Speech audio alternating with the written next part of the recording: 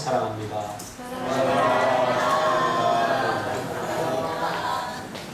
사랑이 없으면 아무것도 아닙니다. 기독교도 사랑이 핵심이잖아요. 우리 신앙에서 사랑을 빼버리면 종교가 됩니다. 우리가 믿는 예수님에게서 사랑을 빼버리면 아무것도 아닙니다. 그래서 사랑이 모든 것이고 사랑이 전부입니다. 우리 옆 사람에게 한번 다시 한번 인사할까요? 내가 더 많이 사랑하겠습니다.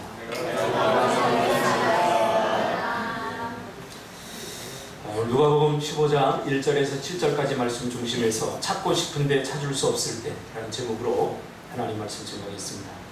인생을 살다 보면 시간이 흘러가면서 우리는 과거에 없던 많은 것들을 얻게 됩니다. 그러나 또 동시에 많은 것을 잃어버리기도 합니다. 제가 지금까지 인생을 살아오면서 내가 얻은 가장 큰 축복은 내 생명보다 더 소중한 3명의 딸을 얻은 것입니다. 그리고 이 3딸은 내 목숨을 내주면서까지 반드시 지키고 싶을 만큼 내 인생에서 중요하고 소중한 존재들입니다. 살다 보면 잊고 싶은 상처와 아픔도 있고 또 잃어버려도 될 만큼 대수롭지 않은 일들도 있지만, 그러나 정말로 잃어버리고 싶지 않은 것, 잃어버려서는 안 되는 것이 있지 않습니까? 저에게는 그 대상이 바로 3딸입니다. 목사가 믿음, 하나님 이렇게 얘기해야지 무슨 3딸이라고 이야기하냐. 내용 전체를 들어봐야 되잖아요. 성경도 마찬가지예요. 성경도 문맥 전체를 봐야 되는데 어떤 한 곳만 딱 때려서 보면 그것은 더 이상 성경 말씀도 아닌 거죠. 여러분에게 있어서 정말로 잃어버리고 싶지 않은 것, 잃어버린다면 생각조차 하고 싶지 않은 것, 그것이 다 있을 줄 압니다. 이것만은 정말 잃어버리고 싶지 않다. 이것만은 정말로 내가 생각조차 하고 싶지 않다. 이것이 나에게서 사라진다면, 만약 그렇다면 생각조차 하고 싶지 않은 그것이 다 있을 것입니다. 연일 일본이 화이트리스트에서 한국을 제외시킬 것인가 말 것인가로 인해 온 나라의 눈과 귀를 빼앗고 있을 때 사람들의 관심 밖에 있었던 사건이 하나 있습니다. 바로 청주에서 일어난 14살 조혼 누리양의 실종 사건입니다. 그는 정신지체로 특수학교에 다녔던 아이입니다. 7월 23일 충북 청주시 가덕면 무심천 발원지에서 가족과 함께 등산을 갔다가 벌레가 싫다고 먼저 내려가겠다고 내려간 후에 실종이 되어버렸습니다. 군인과 경찰 5,700명이 열흘 동안 수색하였지만 찾아내지 못함으로 모든 이들의 마음을 안타깝게 했습니다. 그 부모의 심정은 어땠을까요? 조혼 누리양 아버지의 인터뷰를 제가 봤습니다. 인터뷰를 하는데 정신이 거의 반 나가 있었습니다. 제가 보기에는 이 사람은 제정신이 아닌 것처럼 보였습니다. 자신의 딸을 찾아달라고 사람들을 붙들고 딸의 인상착의를 이야기하는 모습, 그리고 제발 살아만 있어달라고 달라는 그의 바짝 마르고 부르튼 입에서 나오는 말은 말이 아니라 거의 신음에 가까웠습니다. 그것을 지켜보는, 저는 당사자가 아니거든요. 제 딸 잃어버린 게 아니거든요. 그런데도 당사자가 아닌 내 마음이 이렇게 안타까운데 본인은 어떻겠는가? 마음이 굉장히 아려웠습니다. 여러분의 자녀가, 여러분의 사랑하는 그 자녀를 잃어버렸다고 한번 생각해 보세요. 이거 얼마나 고통스럽고 얼마나 힘든 일이겠습니까? 저도 잠깐 저희 큰딸을 잃어버린 적이 있어요. 유치원 갔다 항상 내려주는 곳이 있는데, 제가 그때 신대원을 다닐 때인데 집사람은 또 이제 회사를 다니고, 그래서 제가 학교에서 오는데 조금 늦었어요. 늦어서 거기에 내려주고 그냥 가버린 거예요. 유치원차 그냥 가버린 거예요. 제가 차를 타고 오면서 그 시간을 맞추기 위해서 얼마나 조바심을 갖고 달려왔겠습니까? 달려왔는데 그 자리에 그 시간에 있어야 될 딸이 사라져버리고 없어진 거예요. 그 순간 눈앞이 노랗고 아무것도 안 보이고 캄캄했어요. 그 짧은 시간, 그래서 집사람에게 전화를 하고 뭐 동분서주하고 찾는데 마침 그 옆에 제가 다니던 교회 집사님이 슈퍼를 하고 계셨는데 아이가 혼자 거기 멀뚱멀뚱 서 있으니까 아이를 그 가게를 데리고 이렇게 있었던 거죠. 그 짧은 한 30분 시간에 제 마음속에 별 생각이 다 들었어요. 그냥 이 아이를 잃어버리니까 눈앞이 노랗고 아무것도 안 보이고 내가 무엇을 어디서부터 어떻게 해야 될지 아무 생각도 나지 않는 거예요. 그런데 이 좋은 우리 양을 잃어버렸다는 소식을 듣고는 이 사람이 참 간사해요. 내 일이 아니기 때문에 야, 정말 안 됐다. 뭐 이 마음 더 이상은 별로 느껴지지 않더라고요. 사람들은 죽은 자식은 부모의 가슴에 묻는다고 하지만 죽은 자식만 가슴에 묻는 것이 아니라 잃어버린 자식도 가슴에 묻고 살아갈 수 있음을 감히 생각해 보았습니다. 1년 동안에 우리나라에서 실종되는 사람들, 특별히 뭐 실종되는 사람들이 굉장히 많거든요. 우리 아이들, 1년에 잃어버린 아이들이 100명 이상이 됩니다. 잃어버리고 찾지 못한 아이들.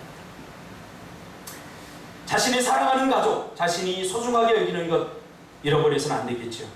그리고 나에게 그런 일이 제발 일어나지 않았으면 좋겠다라고 바라지만 그러나 다른 사람에게만 일어날 것 같은 일들이 종종 나의 일들이 되기도 합니다. 누가 잃어버리고 싶어서 잃어버렸겠습니까? 저도 그 딸을 한 30분 동안 잃어버리고 별 생각이 다 거의 후회가 다 드는 거예요. 짧은 순간에 내가 조금 더 일찍 올걸, 내가 오늘 학교를 가지 말았어야 되는데, 그 짧은 시간에 별 생각이 다 드는 거예요. 내가 원해서 된 일도 아니고 원하지 않지만 우리는 가끔 이런 일을 만나게 됩니다. 이런 일들은 정말 내 삶에서 일어나서는 안 될 안타깝고 가슴 아픈 일이지만 이런 일이 일어나서는 안 되겠지만 그러나 다시 만나도 언젠가는 다시 헤어진다고 성경은 말해주고 있습니다. 좋은 우리 양을 찾았죠. 10일 만에 그 바위 밑에서 10일 만에 찾았어요. 얼마나 기뻐하는지 몰라요. 저도 너무 잘됐다 이런 생각이 드는데 뭐 영원히 찾은 것은 아니지 않습니까? 다시 찾아도 어차피 우리 인생은 다시 헤어지게 되어 있습니다. 히브리서 9장 27절에 보니까 한 번 죽는 것은 사람에게 정하신 것이라고 말씀하고 있습니다. 누구나 다 죽는다는 거예요. 죽음으로 사람은 헤어집니다. 저도 제가 5살 때 저희 아버지를 하늘나라로 보냈어요. 지금은 눈에 볼 수 없지만 헤어집니다. 인생은 헤어지는구나. 인생은 죽는구나. 저는 어릴 적에 그것을 깨달았어요.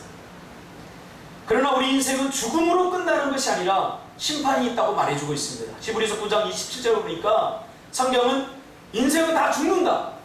근데 죽으면 끝나는 것이 아니라 죽은 이후에는 심판이 있다라고 성경은 분명히 말해주고 있습니다.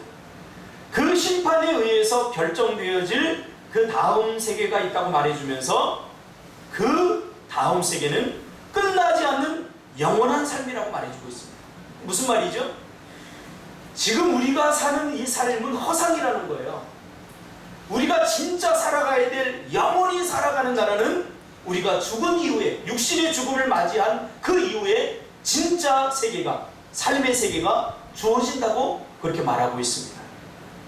이 땅에서의 삶은 잠깐 머무는 것이라고 성경은 말합니다. 그래서 성경은 이 땅에서의 삶을 안개와 같은 삶, 안개와 같은 짧은 삶이라고 말합니다. 나그네 같은 삶이라고 그렇게 말해주고 있고요. 비처럼 사라져버린다고 성경은 말해주고 있습니다. 정말 그런 것 같아요. 참 인생이 얼마나 빠른지. 오늘도 제가 이렇게 세수를 하고 염색을 제가 하거든요. 머리가 다 하얘요. 염색을 하는데 머리를 자른 지 며칠 안 되고 염색을 한 지 며칠 안 되는데 여기에 또 하얀 게 또 삐져나와요. 그래서 뭐 그럴 때마다 염색을 할 수 없으니까 제가 이렇게 바르는 거를 샀어요. 그래서 그 바르는 거를 이렇게 바르면서 내 모습을 이렇게 보면서 야, 마음은 10대 같은데 내가 벌써 이제 50이 넘어서 이제 60으로 향하고 있구나. 그 생각을 하니까 인생은 정말 빠른 것 같아요. 정말 눈 깜짝할 사이에 50이 되고 60이 되고 70이 되고 그러면서 나그네 같은 삶이다. 안개 같은 삶이다. 이 성경의 말씀이 나이가 들수록 더 절실하게 맞다라는 생각이 들어요. 제가 젊고 어렸을 때는 성경 말씀이 그렇게 이게 진리구나 라는 생각을 많이 하지 못했어요. 그러나 나이가 들면서 야, 어떻게 이렇게 하나님의 말씀이 정확히 맞는지 그런 것을 날마다 경험하면서 살아가고 있습니다.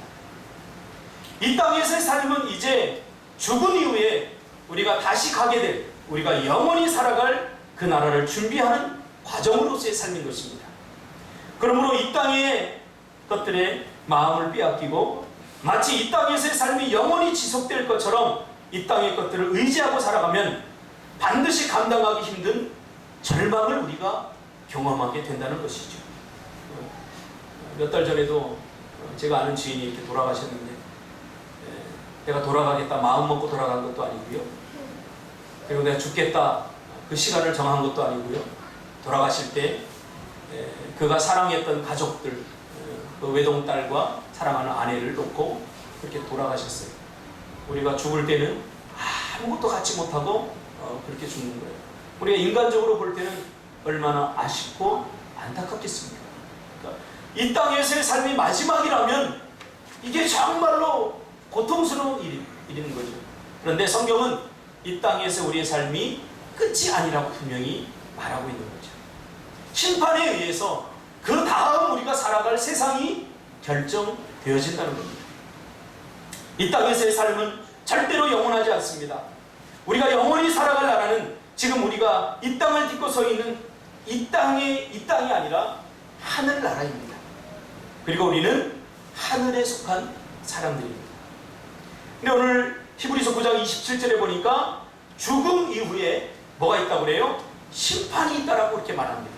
그 심판은 죽은 이후에 결정되는 것이 아니라 죽지 않은 지금 결정되어지는 심판입니다. 그러니까 히브리서 9장 27절의 심판이라고 하는 것은 죽은 이후에 심판에 의해서 결정된다 그 얘기가 아니에요. 우리가 성경을 자세히 보면 이 심판이라고 하는 말은 그냥 구별한다 그런 말이에요. 구별한다. 뭐를? 죽은 영혼과 죽지 않은 영혼을 구별한다. 그제 제가 전쟁 영화를 한 편 봤는데요, 완전히 폭격해서 다 촉구가 되어버렸어요. 많은 사람들이 다 쓰러졌어요. 보니까 수백 명의 사람들이 쓰러지는데 누가 죽은지 누가 살았는지 몰라요. 그런데 아군이 와서 시체들을 이렇게 들춰보더라고요. 이렇게 만져보니까 그 중에서 살아있는 사람들이 있어요. 그러니까 그 살아있는 사람들을 데리고 다시 가고 죽은 사람들은 장례를 이렇게 치르더라고요. 이와 같은 의미에서 심판이라는 거예요.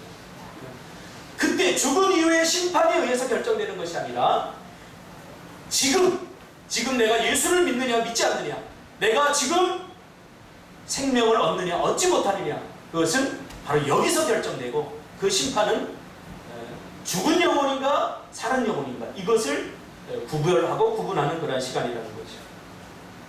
우리가 이 땅에서 예수를 믿고 새 생명을 얻으면 그 심판이 우리를 천국으로 인도해 주는 심판이 될 것이고, 우리가 이 땅에서 예수를 믿지 않고 죽으면 죽은 그대로, 우리 영이 죽은 그대로 지옥에 가서 영원히 지옥에서 고통받는 삶으로 영혼을 보낼 것이라고 하는 그러한 사실입니다. 우리가 반드시 그러므로 다시 찾아야 될 것이 있습니다. 죄로 말미암아 잃어버린, 죄로 말미암아 죽어버린 우리의 영혼입니다. 우리의 육신은 잠깐뿐이에요. 조금 잃어버려도 사실은 그건 잠깐뿐이에요. 그런데 우리의 영혼을 잃어버리면 이것은 더 이상 답이 없어요. 영원한 이별을 우리가 맞이하게 되는 거예요. 저희 아버지도 돌아가셨고 저희 어머니도 돌아가셨어요. 그래서 저에게는 소망이 있어요. 이제 우리가 죽어서 천국 가면 다 볼 수 있다라고 하는 소망이 내 안에 살아있어요. 그러나 내가 만약에 이 소망이 없다면 얼마나 가슴이 아프겠습니까? 여러분 생각해 보세요. 하나님의 가장 사랑하는 자녀를 죄로 인해서 잃어버린 바 되었다는 거예요. 여러분, 하나님이 제정신이었겠습니까? 가장 사랑하는 자녀를 잃어버린 아버지, 엄마, 아마 제정신이 아니듯이 하나님도 죄로 말미암아 우리를 잃어버렸을 때 제정신이 아니었을 것입니다. 그래서 하나님은 그 사랑하는 자녀를 잃어버린 그 자녀를 다시 찾기 위해서 가장 사랑하는 독생자 예수를 이 땅에 보내기로 작정하신 것입니다. 왜요? 잃어버린 영혼을 다시 찾기 위해서. 그래서 요한복음 3장 16절에 보면 하나님이 세상을 이처럼 사랑하사 독생자를 주셨으니 이는 그를 믿는 자마다 멸망하지 않고 영생을 얻게 하려 하십니다. 잃어버린 자, 죄로 말미암아 잃어버린 자가 어떻게 될 것인지 하나님은 너무나 잘 알았거든요. 영원한 지옥 백성이 된다는 것을 하나님은 아셨거든요. 그래서 가만히 지켜볼 수 없는 거예요. 여러분 생각해 보세요. 내 자녀를 내가 잃어버렸는데 그 자녀가 영원한 죽음의 고통 속에서 고통당한다고 생각하면 이것은 여러분 감당할 수 없는 고통 아닙니까? 하나님도 마찬가지입니다. 죄로 말미암아 가장 사랑하는 우리 인간, 사람을 잃어버렸을 때 하나님의 마음이 얼마나 고통스럽고 아파하겠습니까? 그래서 하나님은 그 자녀를 다시 구원하기 위해서 가장 사랑하는 아들 독생자 예수 그리스도를 이 땅에 보내주셨다는 것입니다. 왜요? 나를 영적으로 죽었던 나를 다시 살리기 위해서 가장 사랑하는 독생자 예수를 보냈다는 거예요. 나는 하나님에게 있어서 어떤 존재인가요? 예수님보다 더 귀한 존재입니다. 왜? 나를 살리기 위해서 하나님은 가장 사랑하는 아들 예수를 죽였기 때문이죠. 가장 사랑하는 예수님을 죽여서 나를 살렸다면 내가 예수님보다 더 중요한 존재입니다. 예수님은 누굽니까? 하나님의 본체입니다. 그러니까 하나님이 자기를 죽여서 우리를 살릴 만큼 우리는 가치 있는 존재들이라는 사실이에요. 할렐루야. 아멘. 이 사실을 우리가 마음속 깊이 우리가 붙들어야 돼요. 우리가 어떤 존재입니까? 살다 보면 마음의 상처와 아픔을 안고 열등감을 가지고 우리가 살아갈 수 있어요. 나 같은 존재, 뭐 세상에서 별로 필요도 없는 것 같고 무능한 것 같고. 그런데 하나님은 우리를 그렇게 보지 않는다는 거예요. 자기 자신을 죽이면서까지 십자가에 달리게 하시면서까지 나를 구원해 주셨다면 하나님에게 있어서 더 이상 우리는 가치 없는 존재가 아니라는 거예요. 하나님 자신보다 우리는 나를 더 사랑한다는 사실이죠. 여러분 이거 믿어지십니까? 저는 이게 믿어지니까요. 어떤 순간에도 좌절할 수 없어요. 어떤 순간에도 나 자신을 가치 없다고 여길 수 없어요. 나보다 내 자식을 더 사랑하는 부모님의 심정과 비슷합니다. 그래서 예수님은 죄로 인해 죽어있는 우리를 다시 살려내기 위해서 이 땅에 오셨습니다. 그래서 죽은 영혼들을 찾아다니시는 것입니다. 다시 찾아도 다시 잃어버릴 것이 아니라 다시 찾으면 영원히 얻게 되는 것, 이것을 주님은 찾기를 원한다는 사실이죠. 그게 누굽니까? 바로 잃어버린 영혼, 저와 여러분을 비롯해서 잃어버린 영혼입니다. 하나님은 죄로 말미암아 당신의 형상을 따라 만든 사람들을 죄 때문에 잃어버렸습니다. 하나님이 나를 왜 이렇게 사랑할까요? 사실 주님을 만나기 전까지 하나님이 나를 사랑한다는 그 복음의 내용에 대해서 별로 느껴지지 않았어요. 하나님이 나를 사랑한다고? 하나님이 나를 사랑하면 내가 왜 이렇게 가난해야 돼? 내가 왜 이렇게 힘들게 살아야 돼? 전지전능한 하나님이 나를 사랑한다면 왜 나에게 내 기도를 이렇게 응답해 주지 않아? 딱 이런 마음을 갖고 살았어요. 그런데 제가 자식을 낳아보니까 하나님의 심정을 조금 알겠더라고요. 여러분, 자식을 사랑하는데 이유가 있습니까? 자식을 사랑하는데 이유가 없습니다. 그냥 사랑이 되는 거예요. 우리 상진 집사, 우리 하준이 매일 안고 좀 묵뚝뚝한 경상도 청년이 그 아이를 안고 똥기저귀 갈아주고 뭐 이렇게 하는 걸 보면, 야, 이거 자식이라는 게 참 대단하구나. 이게 사랑, 노력하지 않다는 되어지는 사랑이구나. 저희 자녀들을 보면 저는 알아요. 이 아이들이 매일 사고치고, 어제도 뭐 침대에 오리고기 이렇게 프라이에다가 해서 그 침대에서 먹으면 안 되잖아요. 그 갖고 와서 침대에서 먹으려고 갖고 왔다가 퍽 했는데 빠져갖고 고기 기름이 침대를 완전히 점령해 버렸어요. 뭐 매일 사고 말 잘 안 들어요. 그런데도 얘네들을 버릴 수가 없어요. 그냥 사랑이 돼요. 그 미운 감정은 잠깐이고 속상한 감정은 잠깐이지만 계속 사랑하게 돼요. 사랑. 근데 왜 사랑해요? 라고 물으면 저는 설명할 수 없어요. 그냥 사랑이 되니까. 이것을 통해 저는 하나님이 나를 사랑하는 것도 이와 같다고 저는 확실히 믿습니다. 여러분, 사랑이 설명이 됩니까? 설명할 수 없어요. 하나님이 우리를 이렇게 사랑하는 거예요. 하나님에게 우리는 그저 많은 사람들 중에 하나가 아니라 그냥 다른 사람과 비교할 수 있는 유일한 존재로서 우리 한 사람 한 사람을 바라보고 계신다는 거예요. 자식이 셋 있다 보니까 인간적으로 조금 아픈 손가락이 있다, 조금 덜 아픈 손가락이 있다, 그렇게 말을 하는데 아직까지는 모르겠어요. 그냥 저는 다 아프더라고요. 세 손가락이 다 아픈데 우리 어른들 말이 맞겠죠? 어르신 그런가요? 장로님? 좀 더 아픈 손가락이 있고 깨물어보면 덜 아픈 손가락이 있나요? 네, 그럼 마음속으로 대답해 주시면 됩니다. 하나님에게 있어서는 그렇지 않다는 거예요. 다 깨물면 다 아픈 손가락이라는 거예요. 하나님에게 있어서 많은 자녀들 중에 한 사람이 아니라 그냥 유일한 존재였어요. 하나님. 우리 큰딸은 예린이인데 예린이는 둘째 셋째가 있기 때문에 뭐 없어져도 되는 존재가 아니라 제가 없으면 어떻게 살까? 둘째 예단이가 있어요. 얘는 그래도 셋이나 되니까 뭐 하나 정도 없어도 되지 않나? 여러분, 그런 소리 하면 안 돼요. 제가 좋은 누리양 실종 사고 소식을 듣고 앞에 뭐가 제일 먼저 각인되냐면 지적 장애가 있는. 그러니까 사람이 얼마나 간사하냐면요, 야, 참 힘들고 어렵겠지만 그냥 이번 참에 잃어버리는 것도 괜찮다, 그런 마음이 내일이 아니니까 잠깐 들더라고요. 참 저 목사한테 못했죠. 근데 드는 걸 어떻게 하라고요? 부모의 입장, 부모가 되보니까 부모의 입장을 생각하게 돼요. 그 아이가 지적 장애가 제대로 사회적인 생활을 못할 그 아이를 키우는데, 야, 그냥 이번 참에 그런 생각이 목사인 저에게도 들더라니까요. 부모 입장에 서보니까. 그런데 제가 그 좋은 누리양 아빠의 인터뷰를 듣고 제가 회개했어요. 야, 이러면 안 되는구나.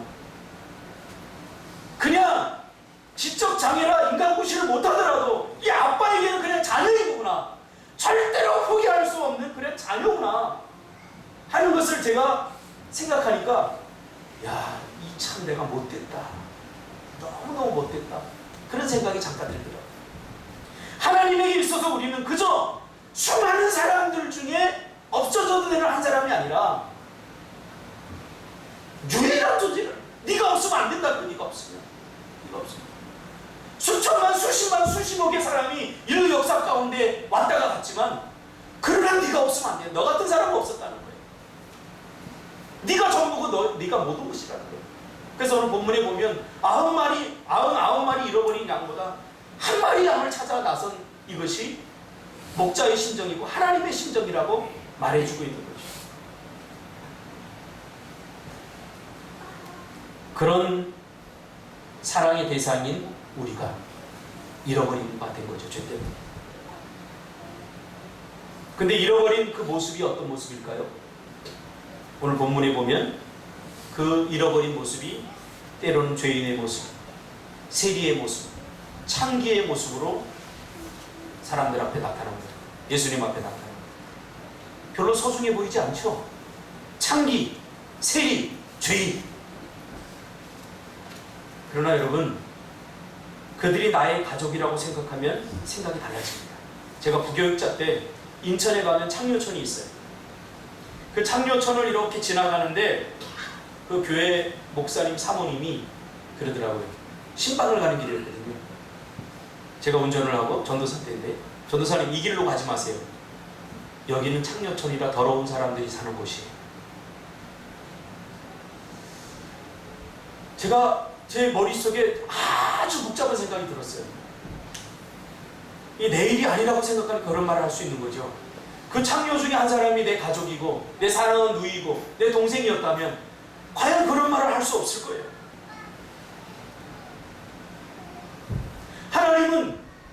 우리를 죄인 되었을 때 사랑하셨어요.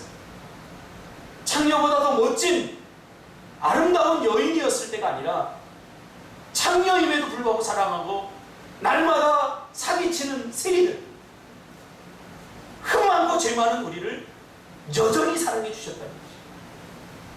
이들은 원래 죄인이 아니었죠. 하나님의 사랑하는 자녀였습니다. 그러나 지금은 죄 때문에 타락해서 죄인의 모습으로, 세리의 모습으로, 창기의 모습으로 예수님 앞에 보여지는 것입니다. 이것이 누굽니까? 저와 여러분의 실존 아닙니까?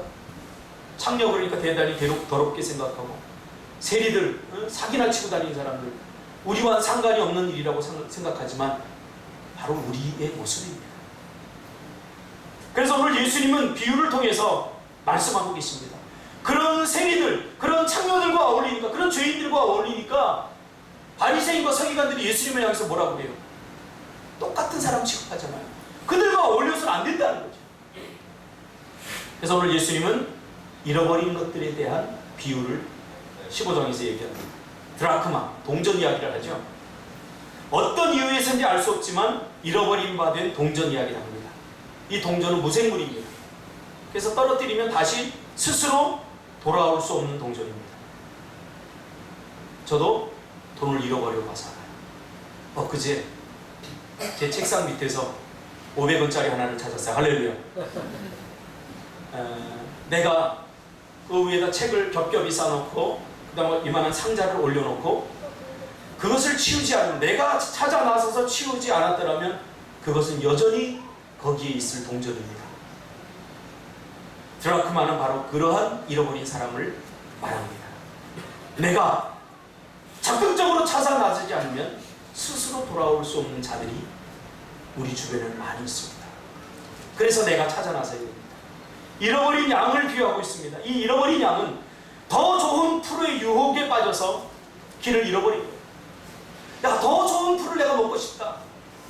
그래서 목자가 앞에서 이끄는데 한눈을 팔다가 그만 무리를 이탈해버린 양입니다. 우리도 더 좋은 풀에 대한 유혹이 있지 않습니까? 더 좋은 풀에 대한 유혹 때문에 우리가 가지 말아야 될 위험한 비탈길, 낭떠러지 같은 데 가서 떨어질 위기에 처하기도 합니다. 그 다음에 탕자의 비유가 나오죠. 이 탕자의 비유는 성숙하지 못한 자녀, 아버지의 인도하심과 보호하심을 억압의 상태로 여겨서 자기 마음대로 하고 싶은 욕망에 아버지에게 분깃을 요구하죠. 그리고는 스스로 집을 박차고 나온 아들이죠. 자기 마음대로 하고 싶은데 자기 마음대로 하지 못하는 이유를 아버지에게 찾은 거예요. 왜? 아버지가 터치하니까. 그렇게 하면 안 돼, 애야. 여러분, 이것 때문에 이 둘째 아들은 잔뜩 마음이 상해서 결국 아버지 집을 떠나게 됩니다. 충분히 성숙하지 못한 자식이 아버지를 떠나는 것은 어떤 결과를 초래하는지 본문은 보여주고 있죠. 여러분, 10살, 11살 난 애가 아버지가 게임하지 못하게 한다고, 이것저것 하지 못하게 한다고, 나 독립할게 아버지 재산 얼마예요? 인서가겠다고 생각해보세요. 아버지 돈 없다 그럴 거예요 분명히. 그럼 제가 나가서 자유롭게 살도록이라도 해주세요 하고 나간다면 어떻게 될지 뻔히 알잖아요. 그럼 어떻게 될지, 그래 참 힘들지만 너 한번 나가서 살아봐라, 그럴 부모 아버지 없어요. 어떻게 될지 뻔히 아는데, 그렇죠? 어떻게 됐습니까? 둘째 아들이 분깃을 가지고 나가서 자기 마음대로 살아보니까 처음에 좋지요. 그런데 어떻게 됩니까? 돼지보다 못한 상태로 전락해버리죠. 지엄 열매조차도 나중에 먹을 수 없는 존재로 타락해버립니다. 아버지를 떠난 인간의 실존입니다. 하나님을 떠난 우리 인간은 짐승수준으로 타락합니다. 이게 잃어버린 양을, 잃어버린 탕자를 찾아야 될 이유입니다. 이렇게 예수님이 부르러 온 사람들은 의인이 아니라 죄인들을 부르러 왔다는 사실이에요. 그 이유가 무엇입니까? 원래 예수님은 죄인을 너무 사랑하기 때문이 아니라 그들이 예전에 내 사랑하는 대상이었기 때문입니다. 아무리 그가 못된 사람이라도, 창기요 세리라도 부모는 찾습니다. 왜? 자녀이기 때문이죠. 이것이 바로 하나님의 마음입니다. 그래서 오늘 자신들이 하나님의 백성이라고 생각하며 살았던 바리새인과 서기관들이 예수님이 세리와 창기와 죄인들을 만나고 자꾸 그들과 어울리자 뭐라고 합니까? 비웃고 수군거리죠. 그러나 예수님은 우리에게 그들을 속으로 가야 한다고 말합니다. 그러면서 그들을 찾는 방법, 잃어버린 내 사랑하는 가족을 찾는 방법을 가르쳐주고 있습니다. 바리새인과 서기관들의 눈에 비친 예수님의 모습을 통해서 잃어버린 내 사랑하는 가족을 우리가 어떻게 찾을 수 있느냐. 바리새인과 서기관들의 눈에 비친 예수님은 두 가지 모습이에요. 첫째, 죄인들을 영접하는 사람이었고, 오늘 본문에 나오잖아요. 예수님은 죄인들을 영접하고 그들과 같이 음식을 먹는 사람입니다. 예수님, 당신은 왜 죄인들을 영접합니까? 그리고 왜 그들과 함께 음식을 먹습니까? 왜? 그래서는 안 되죠. 나는 거룩하고 저 사람들은 더러웠기 때문에, 나는 옳고 저 사람들은 틀리기 때문에. 이게 문제입니다. 사랑은 옳고 그름을 따지지 않습니다. 따져서는 안 됩니다. 가족에게 무슨 옳고 그름을 따지고 맞느니 틀리니 이런 이야기를 합니다. 우리가 다시 찾고 싶은데 다시 찾을 수 없는 이유가 무엇입니까? 두 가지를 이야기해 주고 있습니다. 죄인들을 영접하지 않기 때문입니다. 영접하다, 영접이란 수용한다는 것입니다. 수용의 법칙이 있습니다. 옳고 그름을 따져서는 안 됩니다. 제가 상담을 한 25년 동안 했습니다. 상담의 현장에서 별 사람들이 다 와요. 특별히 제가 청소년 상담을 했기 때문에 별 아이들이 다 와요. 제가 지금 굉장히 좋게 표현한 거예요. 별 새끼들이 다 와요. 이걸로도 안 돼요. 왜냐하면 중학교 2학년 남자아이가 중학교 1학년 여자아이를 임신시켜 갖고 데리고 와요. 상담소. 부모에게 알릴 수 없으니까 딸 가진 아빠로서 이 새끼를 그냥 놔두면 안 돼요. 화가 나죠. 아무리 철이 없기로서니 무슨 짓을 한 거예요 도대체. 수용이 안 되면요, 이렇게 해가지고 그 아이를 놓고 혼내고 화를 내고 막 너 경찰서 가자 이러면 그러면 상담이 안 돼요. 상담에서 가장 중요한 것은 수용의 법칙입니다. 그 사건, 그 사실을 그대로 내가 받아들이는 거예요. 아, 이런 일이 일어났구나. 그래서 얘네들 좀 곤란한 지경이 이렇구나. 일어나서는 안 되지만 일어났어요. 일어나서는 안 될 일이 일어났는데, 야, 왜 그렇게 했어? 그렇게 하면 안 되지라고 말할 때 아무 의미가 없어요. 이미 일어났는데. 그럼 어떻게 됩니까? 해결이 되지 않겠습니까? 그래서 어쩌다 그랬냐고 들어봐요. 들어보면 들으면서 또 화가 나요. 주먹이 막 여기까지 올라오고 여기서 여기까지 화가 나는데 1분도 안 걸려요. 수십 초다. 그러나 겉으로는 어떻게 해요? 아, 그랬구나. 아, 그랬었구나. 너무 힘들겠다. 처음에 이게 너무 고통스럽어요. 여러분, 수용한다는 게 쉽지 않습니다. 다른 사람이 이 죄인의 모습, 이 창녀의 모습 받아들이는 거 쉽지 않습니다. 분명히 잘못된 걸 아는데, 아, 그랬구나. 너 얼마나 마음이 아팠니? 얼마나 힘들었니? 힘든 일 저희들이 다 해놓고 그거 받아들이기 쉽지 않습니다. 그러나 예수님은 지금 다 받아들이고 있잖아요. 어떻게 보면 뻔뻔하게 창녀의 모습으로, 뻔뻔하게 세리의 모습으로 그들을 내팽개치지 않고 그들 속으로 들어갔어요. 뻔뻔하게 뒤집고 뻔뻔하게 살아가는 그들 속으로 들어가서, 왜요? 그들을 구원하기 위해서. 거기에 대고 옳고 그름을 예수님 따지지 않았어요. 일단 받아들여야 됩니다. 잃어버린 사람을 찾으려면 일단 수용이 됩니다. 마치 장마철에 흙탕물이 바다로 흘러갑니다. 바다로 흘러가는데 바닷물이 딱 지켜서고 있다가, 야, 너희 너무 더러워, 그러니까 들어오지 말고 막은 적은 없습니다. 바닷물은 그 흙탕물을 온전히 다 받아내요. 바닷물이 가지고 있는 그 정화의 힘으로 며칠 후에 가보면 푸른 빛을 띤 아름다운 바다가 됩니다. 이게 예수님의 마음입니다. 그래서 우리가 더 넓어져야 됩니다. 잃어버린 가족을 찾으려면 내 마음이 더 넓어져야 됩니다. 받아들여야 됩니다. 그거 잘못됐어가 아니라 받아들여야 됩니다. 그래서 우리는 창녀의 그리고 세리의 그 현장으로 우리는 가야 됩니다. 그래서 우리가 창녀가 되어야 되고 우리가 세리가 되어야 됩니다. 그렇지 않으면 잃어버린 영혼은 구원할 수 없습니다. 죄인 가까이 할 수 없다고 생각하는 사람들입니다. 이미 마음에서 멀어진 사람입니다. 이미 고정관념으로 그들과 함께 할 수 없다고 생각해버린 존재들입니다. 바리새인과 서기관들의 눈에 비친 매일 다른 사람들이 돈을 착복하는 세리들, 그들은 절대로 하나님의 백성이 될 수 없다고 생각했던 사람들입니다.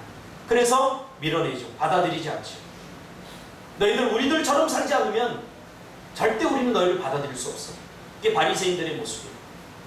창녀들이 어떻게 바리새인처럼 살겠습니까? 매일 하나님께 3번 기도하고 11조, 10의 1조를 정확히 드리고, 이 바리새인들이 11조를 어떻게 드린 줄 아세요? 옆집에 가서 수박 농사를 도와줘. 이쪽 지역에 수박 농사를 드는데 수박 한 덩어리를 줬어요. 그러면 그거를 저울을 갖다 놓고 정확히 10분의 1을 잘라서 여기 조금 더 나간다. 그럼 여기 걸 잘라서 여기로 놓고 여기 걸 잘라서 여기로 놓고, 이렇게 11조를 이해했던 사람입니다. 그게 아닌데 그렇게 드렸던 사람이에요. 얼마나 열심히 했던 사람. 그런데 자기 마음대로 자기 뜻대로 살았던 이 창녀들에게, 이 세리들에게 우리들처럼 살지 않으면 너희들 인정해 주지 않을게. 이거 불가능한 일이에요. 제가 선교의 현장에 가보니까 미얀마 선교사, 맹각규 선교사님이 선교하러 갔는데 아무것도 할 수 없더래요. 그래서 매일 그 아이들과 더불어 함께 밥 먹고 함께 공부하고 복음을 전하지 못하니까 그거 했대요. 10년 동안. 그런데 그 아이들이 예수를 믿고 10년이 지난 이후에 놀라운 사역자들로 변화됩니다.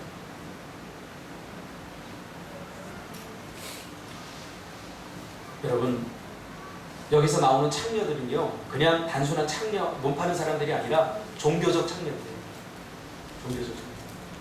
그러니까 종교가 좀 굉장히 타락했기 때문에 신에게 절을 하고, 비가 안 오면 신에게 절을 하고, 바알신, 아세라신 같은 거 섹스를 하면 신이 기분이 좋아져서 비를 내린다. 그리고 그 옆에 제가 선교 여행 가보니까 창녀들이 있었던 종교, 신전 밑에 바로 창녀촌들이 있었어요.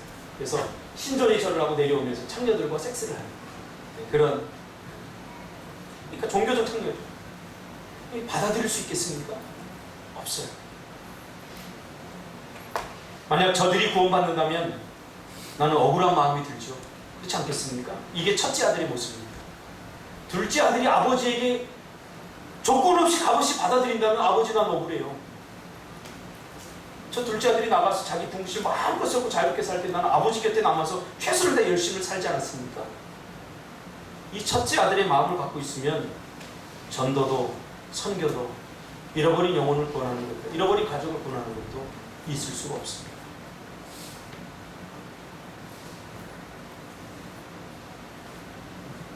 그래서 그들과의 교제를 끊어버리죠. 여러분, 이제 우리는 가야 됩니다. 영접해야 됩니다. 이해하고 설득하려고 하면 안 됩니다. 함께 해줘야 됩니다. 함께 해줘야 됩니다. 제가 청소년 청년 사역을 지금까지 했는데 참 그 아이들 변화를 위해서 얼마나 마음을 썼는지 몰라요. 아이들이 좀 변화됐다 싶으면 조금 다시 원상태로 돌아가요. 얼마나 마음의 상처가 되고 아픔이 되는지 몰라요. 그러니까 목사들도 상처를 받아요. 왜냐하면 성도들이 좀 설교를 듣고 변화돼야 되는데 그렇지 못하면 이 마음이 아프고 고통스러운 거예요. 내가 이것밖에 안 되나? 처음에 미워요. 저 인생 믿음이 없어서 그래. 저 인간, 그냥 하나님 벌줬으면 좋겠다. 처음에 그런 생각 들다. 나중에는 아련한 생각이 들고. 지금은 목회란 무엇이냐? 그냥 함께 있어주는 거다. 함께. 같이 하는 거다. 같이 하면서 함께 있어주는 거다. 예수님처럼 말이죠. 뭘 우리가 세상을 변화시키고 우리가 뭘 할 수 있겠습니까? 그 모든 것을 하시는 분은 누구예요? 하나님밖에